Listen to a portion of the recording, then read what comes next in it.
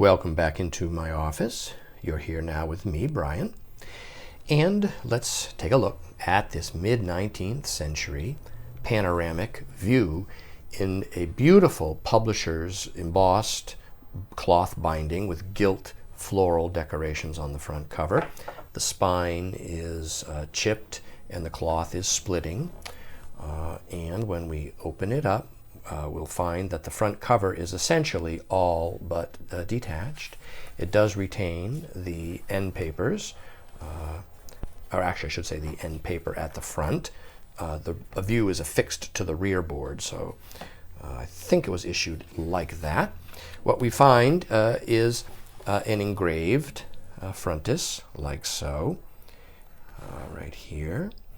And it has some text that describes the view, as well as this long, detailed key that is numbered for the view, and that key goes on for numerous pages here, all the way up to 160 features.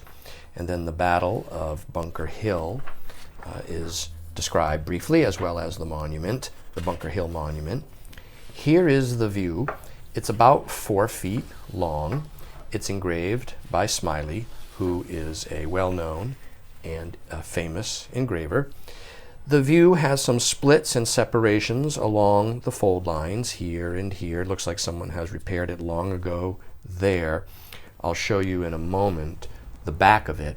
There are some repairs, but the main point really worth mentioning is overall the view itself does remain more or less largely clean, with just small minor smudging in some of the lower or upper margins or along this fold line at the top. So it's not perfect.